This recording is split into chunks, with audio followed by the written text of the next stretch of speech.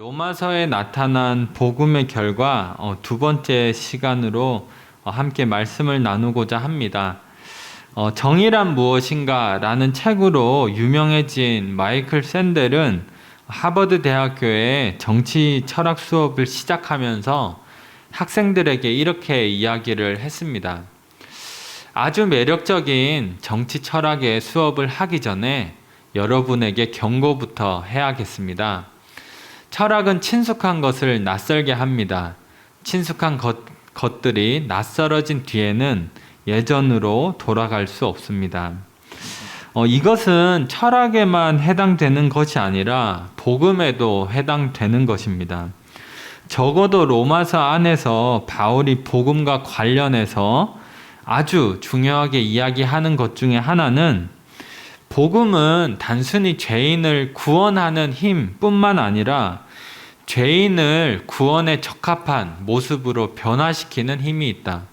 다시 말해서 죄인이었던 사람을 하나님의 백성으로 살아가게끔 만드는 힘이 있다는 것입니다. 이전의 삶을 낯설게 하고 복음을 모르던 삶으로 돌아갈 수 없게 만드는 힘이 복음에는 있다라는 것인데요. 오늘은 이것을 로마서 12장을 중심으로 복음의 결과에 대해서 함께 나누도록 하겠습니다. 로마서 12장에 나타나는 복음의 결과의 첫 번째는 합리적인 예배를 드리게 된다라는 것입니다. 로마서 12장 1절을 다시 한번 같이 읽도록 하겠습니다. 시작. 그러므로 형제들아 내가 하나님의 모든 자비하심으로 너희를 권하노니 너희 몸을 하나님이 기뻐하시는 거룩한 산제물로 드리라. 이는 너희가 드릴 영적 예배니라. 1절에 보시면 1절은 그러므로 라는 말로 시작을 하는데요. 이것을 리처드 롱네커라는 학자는 이렇게 주석을 합니다. 여기에서 사용한 그러므로는 바울이 이전에 썼던 내용을 기억시키고 이어지는 권고를 앞에서 언급한 신학적인 선포에 기초하려고 바울이 사용한 것이다. 한마디로 바울은 로마서 12장을 이야기하기 위해서 로마서 1장부터 11장까지 이야기를 했다는 것입니다. 12장부터 시작되는 내용을 말하기 위해서 1장부터 11장까지 아주 긴 내용을 말했다고 하는 것이죠. 그래서 로마서 12장부터 시작되는 내용은 단순히 덧붙여진 교훈 정도가 아니라 복음의 절정이다 라고 말을 할 수가 있는 것입니다. 다시 말하면 복음의 내용을 아는 것보다는 복음을 가지고 살아내는 것이 복음의 절정이다 라고 바울은 생각했다는 것입니다. 다시 본문으로 돌아와서 1절을 보면 너희 몸을 하나님이 기뻐하시는 산 제물로 드리라. 이는 너희가 드릴 영적 예배니라고 합니다. 여기에서 몸은 말 그대로 손과 발이 움직이는 육체를 말하고 영적 예배라고 하는 것은 뭔가 신비롭다라는 뜻이 아니라 이성적으로 생각하기에 합당한 예배라는 뜻입니다. 바울은 내면의 감동이나 어떤 신비한 느낌을 하나님께 드리라고 말하지 않고 손과 발이 움직이는 육체, 몸을 통해서 이성적으로 합당한 삶을 하나님께 드리라고 하는 것입니다. 다시 말해서 순교와 같이 아주 극단적인 상황이 아니라면 그리스도인의 삶과 행동은 주변에서 납득할 수 있어야 한다라고 하는 것입니다. 조금 더 쉽게 이야기를 하면 나를 모르는 사람이 내 행동을 보거나 나와 함께 시간을 보내게 되었을 때 내가 말하지 않아도 나를 보고 믿는 사람이구나, 교회 다니는 사람이구나 하는 것이 되어야 한다라는 것입니다. 한 가지 예를 들어보도록 하겠습니다. 제 고향 친구 중에 한 명이 2, 3년 전에 저한테 카톡을 보내면서 이렇게 이야기를 했습니다. 오늘 진짜 리얼 참 종교인을 만났다. 이렇게 카톡을 저한테 갑자기 보내온 거예요. 내용을 들어보니까 회사 면접이 있어서 이제 회사에서 면접을 보고 마치고 이제 카페에 갔는데 카페 사장님이 친구의 모습을 보니까 면접 보러 온 취준생이구나 하는 것을 알게 되었습니다. 그래서 카페 사장님이 자기가 어느 교회를 다니는데 요즘에 취업하기가 참 힘들더라. 그래서 이거 먹고 힘을 냈으면 좋겠다. 그래서 이제 밥과 음료수랑 밥을 공짜로 주었다는 것입니다. 거기에서 제 친구가 교회를 다니지 않고 교회를 다니는 것도 잘 이해하지 못하는 친구인데도 참 종교인을 만났다. 빵과 음료수를 공짜로 줬다는 거에 그걸 느꼈다는 것입니다. 별거 아니라면 별거 아니겠지만 삶에서 자연스럽게 믿음이 표현되고 믿지 않는 사람이 행동을 보고는 믿는 사람이구나라고 납득할 수 있어야 한다는 것. 이것이야말로 복음의 결과로 나타나는 합당한 예배라는 것입니다. 내면의 감동이나 어떤 신비한 느낌이 아니라 우리의 손과 발, 이 움직이는 이 몸을 통해서 자연스럽게 표현되는 삶의 예배가 복음의 결과로 나타나는 예배다 라고 하는 것입니다. 두 번째는 하나님을 사랑함으로 이 세상을 분별할 수 있게 된다는 것인데요. 로마서 12장 2절을 같이 한번 읽도록 하겠습니다. 시작. 너희는 이 세대를 본받지 말고 오직 마음을 새롭게 함으로 변화를 받아 하나님의 선하시고 기뻐하시고 온전하신 뜻이 무엇인지 분별하도록 하라. 여기에서 이 세대를 본받지 마라고 하는 이 단어는 뭐뭐처럼 만들다라고 표현되는 단어입니다. 뭐뭐처럼 만들다. 근데 여기에서 이제 수동태로 사용되었기 때문에 세상이 너희를 만드는 대로 만들어지지 말아라 이런 뜻을 가지고 있는 것이죠. 이것을 제임스 던이라고 하는 신학자는 이렇게 주석을 합니다. 여기에서 사용된 수동태는 이 세대가 발휘하는 능력이나 힘을 인식하는 것을 나타낸다. 바울은 사실상 사회적인 집단들과 문화적 규범, 제도 및 전통의 힘이 개인의 행동 방식을 형성하는 것을 인정한다라고 합니다. 이렇게 이 세대를 본받지 말라고 하는 것은 단순히 본받지 말라는 것이 아니라 이 세상이 가지고 있는 어떤 힘으로 우리를 만들어 가는 대로 내버려 두지 말라는 것입니다. 이것을 조금 더 적극적으로 표현하면 우리가 몸담고 사는 세상은 우리로 하여금 세상의 방식대로 살아가도록 강제하는 힘이 있다라는 것입니다. 제가 예전에도 예화를 든 적 있지만 한 번 더 이야기를 하도록 하겠습니다. 제가 예전에 사역했던 교회에서 유초등부와 중고등부가 연합해서 여름 수련회를 진행한 적이 있었습니다. 그때 한 프로그램 순서 중에서 이제 게임을 해서 아이들에게 직업 카드를 나눠줬는데요. 어떤 친구는 아르바이트, 어떤 친구는 직원, 또 부장님, 사장님 이렇게 직업 카드를 아이들에게 나눠주었습니다. 그때 8살짜리 작은 여자아이가 직원 카드를 뽑자마자 펑펑 울면서 사장님이 저 자르면 어떡하죠? 라고 펑펑 울었습니다. 그 자리에서는 그 아이가 귀엽기도 하고 그래서 웃었지만 많은 생각을 하게 해주는 일이었습니다. 우리가 몸담고 사는 세상은 글 읽는 것도 서툴고 곱셈 하나 하는 것도 어려워하는 그 엄마에게 응석이나 부리는 8살짜리 아이에게 무엇이 좋고 무엇이 나쁜 것인지 가르친다라고 하는 것입니다. 사장이 직원을 자를 수 있기 때문에 사회적으로 더 높은 자리, 더 성공의 자리로 가야 괜찮은 인생이다라고 하는 것을 가르친다라고 하는 것이죠. 어떻게 세상이 아이에게 그 모든 것을 다 가르치는지는 알 수 없지만 분명한 것은 8살짜리 아이에게도 그것을 가르친다는 것입니다. 더 적극적으로 말하면 세상은 어떤 힘을 가지고 있어서 세상의 가치관과 세상의 방식대로 살아가도록 강제하는 힘을 가지고 있다라는 것입니다. 이것은 8살짜리 아이들에게만 해당되는 것이 아니죠.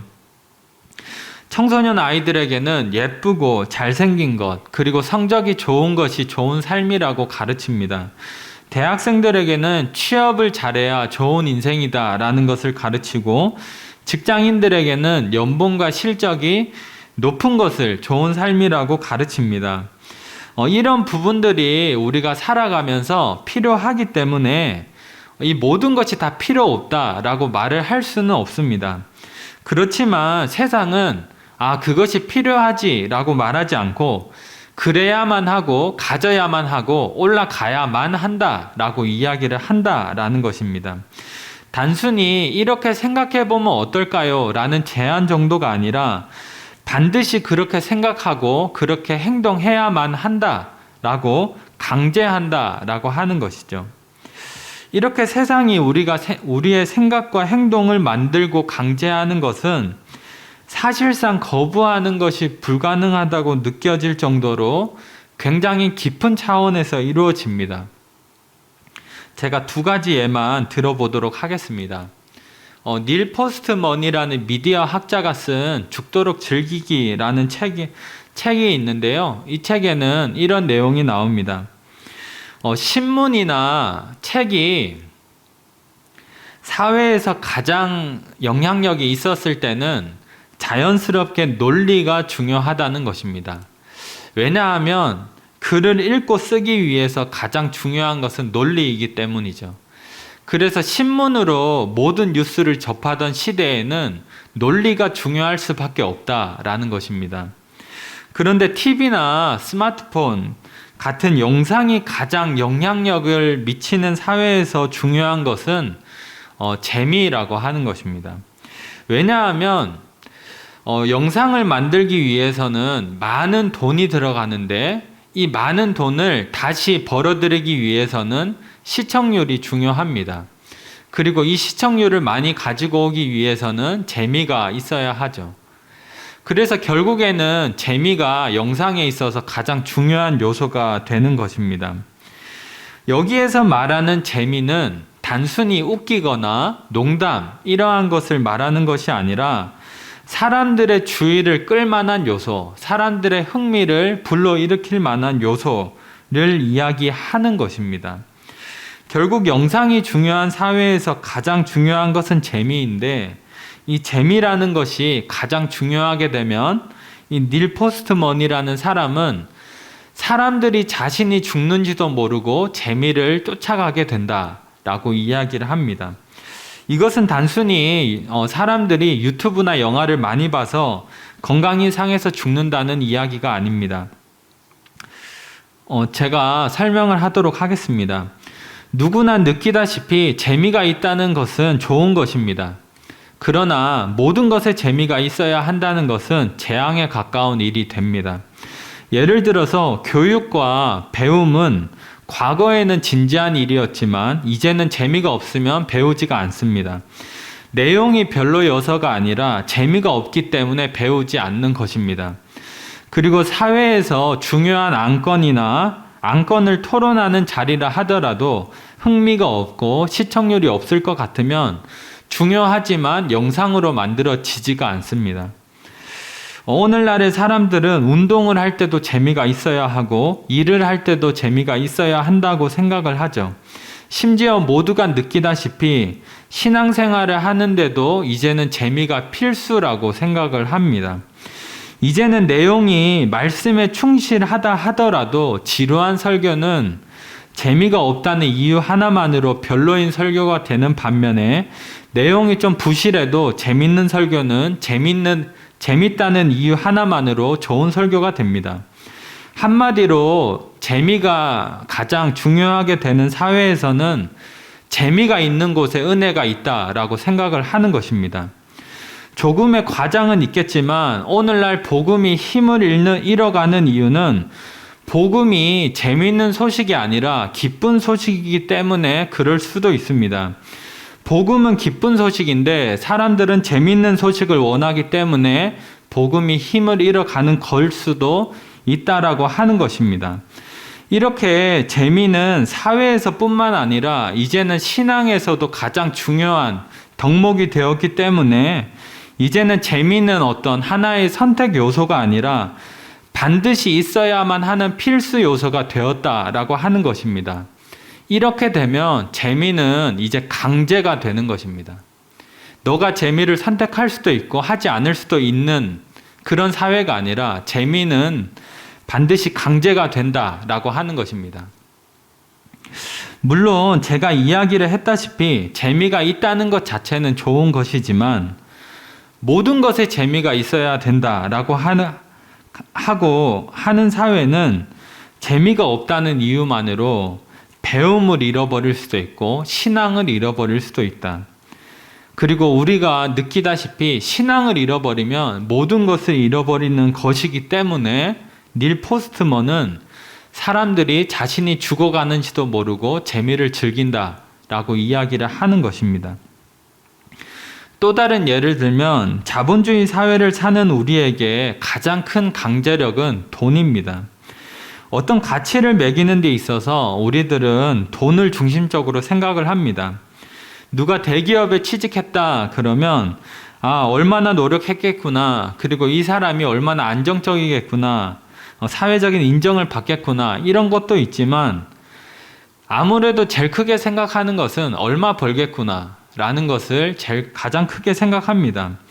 누가 어디에 산다라고 하면 주변에 뭐가 있겠구나 라는 것이 아니라 그쪽 집값이 얼마니까 괜찮게 사는구나, 그쪽 집값이 별로니까 못 사는구나, 누가 어떤 선물을 줬다고 하면 이거는 어느 정도의 가격선이니까 신경을 썼구나 하는 식입니다.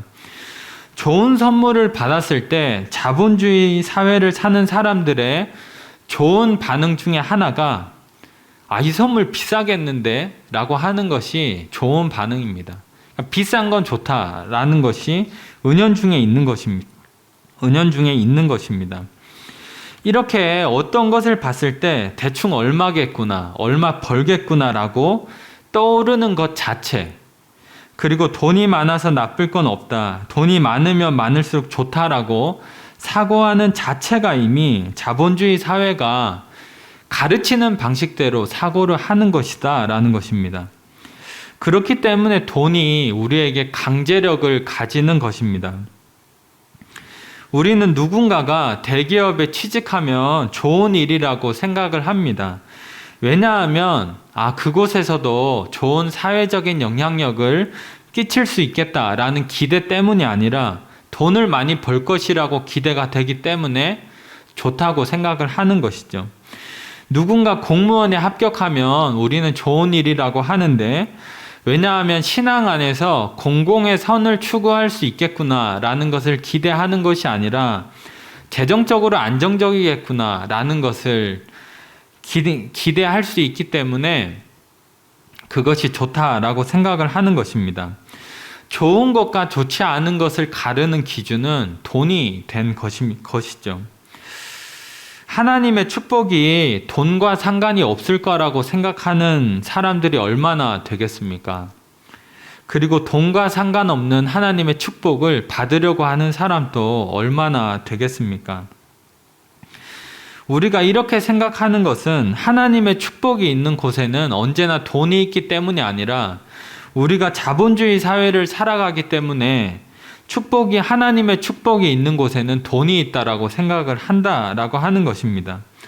이렇게 자본주의 사회에서 돈이라고 하는 것은 그저 쓰기 나름이지라는 것이 아니라 우리가 사고하는 자체, 그리고 우리가 어떤 행동을 하게끔 만드는 강제력을 가지고 있다라는 것입니다. 그래서 바울은 이 세상을 본받지 말라고 하는 것입니다. 이 세상이 만들어져 가는 대로, 이 세상이 보라고 하는 것을 보지 말고 이 세상이 하라는 대로 행동하지 마라. 복음의 결과로서 그렇게 세상과 다르게 살아가야 한다라고 이야기를 하는 것이죠. 그렇다면 어떻게 우리가 이 세대를 본받지 않을 수 있을까? 세상이 우리를 강제하는 힘은 사실상 너무나 강력한데 어떻게 해야 할까라고 물었을 때 바울은 이렇게 대답을 합니다. 로마서 12장 2절을 다시 한번 읽도록 하겠습니다. 시작. 너희는 이 세대를 본받지 말고 오직 마음을 새롭게 함으로 변화를 받아 기뻐하시고 온전하신 뜻이 무엇인지 분별하도록 하라. 바울은 오직 마음을 새롭게 함으로 변화를 받으라고 합니다. 마음을 새롭게 함으로 변화를 받으면 하나님의 선하시고 기뻐하시고 온전하신 뜻이 무엇인지 알 수 있게 된다라는 것입니다. 여기에서 중요한 것은 마음인데요. 이것이 왜 중요한지 알기 위해서는 로마서 내에서 두 구절을 읽어야 합니다. 로마서 1장 28절을 보면 하나님께서 그들을 상실한 마음대로, 하나님을 마음에 두기 싫어하는 사람들을 상실한 마음대로 내버려 두셨다라고 합니다.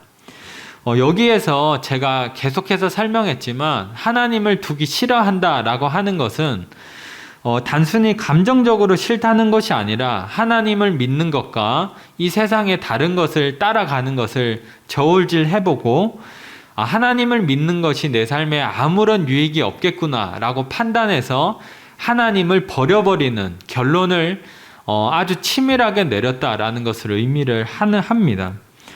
곰곰이 생각해보고 하나님이 필요 없다는 결론을 내린 것이죠.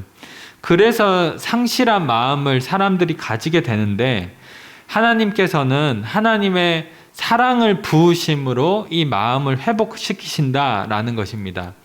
로마서 5장 5절을 보면 우리에게 주신 성령으로 말미암아 하나님의 사랑이 우리 마음에 부은 바 되었다라는 것입니다. 하나님께서는 상실된 마음에 성령을 통해 하나님의 사랑을 부어주시고 그 덕분에 우리의 마음이 회복되고 로마서 12장 2절에서 말한 것처럼 오직 마음을 새롭게 함으로 변화를 받을 수 있는 것입니다. 결국에 마음을 새롭게 하라, 그 말은 우리의 마음 속에 하나님의 사랑을 가득 채워라 는 말입니다. 그렇게 된다면 우리의 마음 속에 하나님에 대한 사랑이 가득 차게 된다면 하나님의 선하시고 기뻐하시고 온전하신 뜻을 분별할 수 있다라는 것이 바울이 이야기하는 것입니다. 여기에서 한 발자국만 더 나아가면 그렇다면 우리가 어떻게 하나님을 사랑할 수 있을까라고 물어볼 수가 있습니다. 우리가 어떻게 하나님의 사랑을 우리 마음에 부어서 새롭게 함으로 변화를 받을 수 있을까? 파스칼의 팡세에 보면 이런 글이 있습니다. 하나님을 사랑하기 위해서는 세 가지 방법이 있다. 이성, 습관, 신의 감화. 그 사람은 증거 앞에 그의 정신을 열어야 하고 습관에 의해 사랑을 공고히 할 필요가 있다. 그러나 겸손한 마음으로 신의 감화에 자기를 맡겨야 한다. 이것만이 진정하고 유효한 결과를 낳는다라고 했습니다.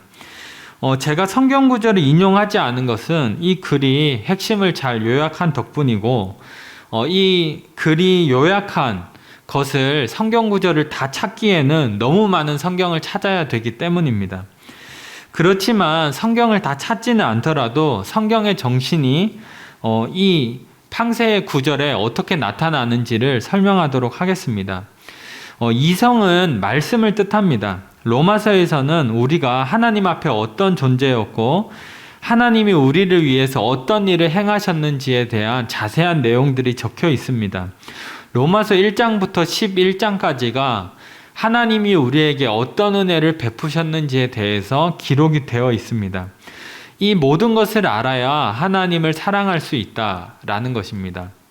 그리고 두 번째는 습관인데요. 말 그대로 몸으로 실천하고 반복하는 습관입니다. 복음의 내용을 받아들이고 나서 복음은 지식에서 머무르는 것이 아니라 몸으로 실천되어서 반복된 그 습관을 가질 때 굳건하게 된다라고 하는 것입니다. 하나님을 사랑하는 것이 더 단단하게 된다라고 하는 것이죠. 로마서 6장에서는 손과 발이 움직이는 몸을 강조하고 우리가 아까 살펴봤다시피 로마서 12장에서도 우리의 몸을 거룩한 산 제사로 바치라고 하는 것입니다. 우리의 성경적인 지식이나 내면의 느낌을 거룩한 산 제사로 바치라는 것이 아니라 손과 발이 움직이는 우리의 몸을 하나님께 드려서 합리적인 예배, 주변 사람들도 납득할 수 있는 예배가 되어야 된다라고 하는 것입니다. 이렇게 하나님을 사랑하는 것에 있어서 말씀의 지식과 말씀의 실천을 로마서는 강조를 하고 있습니다. 그렇지만 하나님을 사랑하는 사람이 말씀의 지식과 실천으로 하나님을 더 사랑하게 되는 것이지, 하나님을 사랑하지도 않는 사람이 지식과 실천을 가졌다고 하나님을 사랑할 수 있는 것은 아닙니다. 만약에 하나님을 사랑하는 것이 실천과 지식으로 기계적으로 가능하다라고 한다면 하나님을 사랑하는 학원을 차려도 되지 않겠습니까? 그래서 1교시 때는 지식을 배우고 2교시 때는 실천을 하는 그런 학원을 차려도 될 것입니다. 그러나 그것은 가능하지 않다라고 하는 것을 잘 아실 겁니다.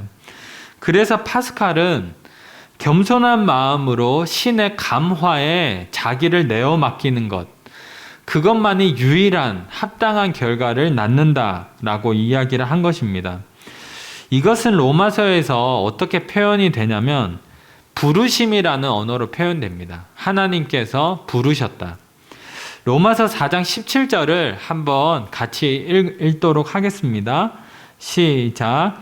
기록된 바 내가 너를 많은 민족의 조상으로 세웠다 하심과 같으니 그가 믿은 바 하나님은 죽은 자를 살리시며 없는 것을 있는 것으로 부르시는 이시니라. 바울은 로마서 4장에서 아브라함의 믿음을 언급하면서 하나님은 없는 것에서 있는 것으로 부르시는 분이시다라고 설명을 합니다. 다시 말해서 하나님의 부르심은 낮은 가능성 속에서 무언가를 만들어내는 행동이 아니라 완전히 불가능한 것을 가능하게 하고 완전히 없던 것을 있게 하는 하나님의 행동이라는 것입니다. 그리고 놀랍게도 바울은 하나님을 사랑하는 자를 어떻게 표현하냐면 이 부르심이라는 언어로 표현을 합니다. 로마서 8장 28절입니다. 우리가 알거니와 하나님을 사랑하는 자, 곧 그의 뜻대로 부르심을 입은 자들에게는 모든 것이 합력하여 선을 이룬다라고 합니다.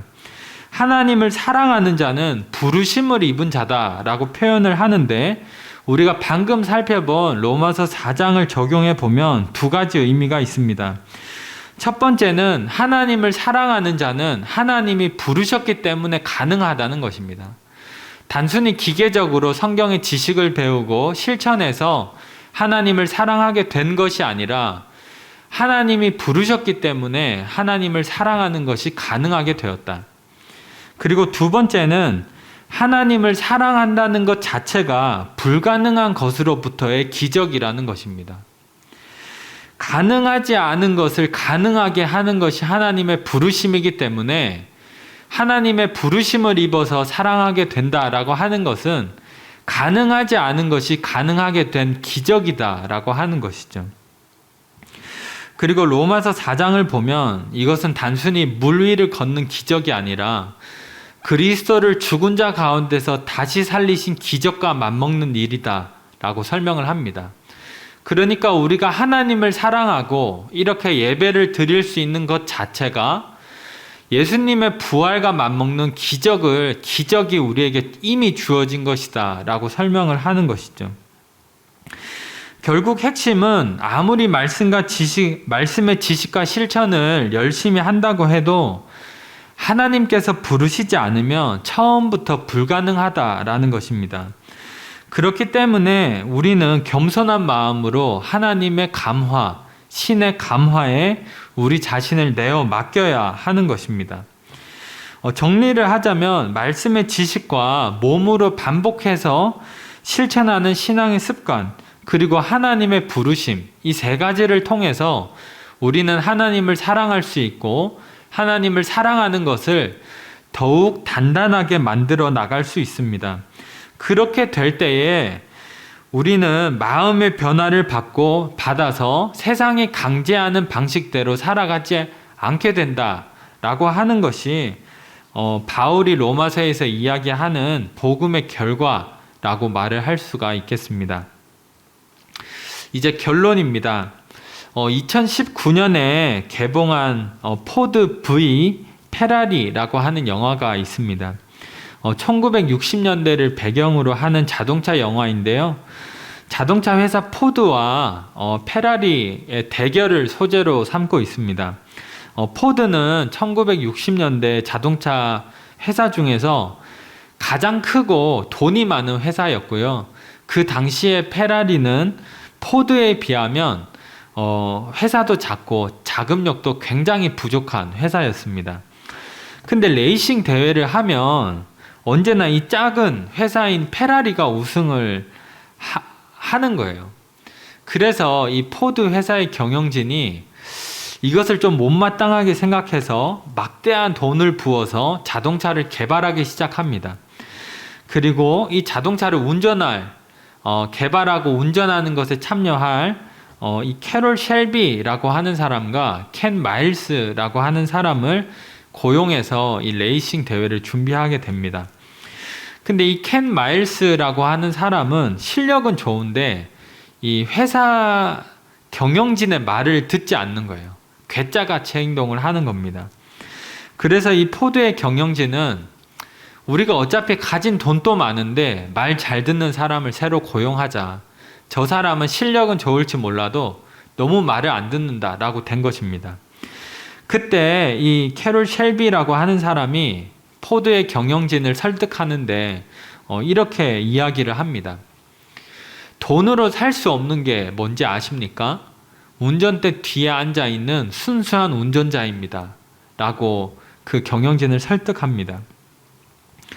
포드의 경영진은 돈이 있으니까 돈으로 무엇이든지 할 수 있다라고 생각하지만 이 캐롤 셸비는 운전대 뒤에 앉아 있는 순수한 운전자는 돈으로 살 수 없다는 것입니다.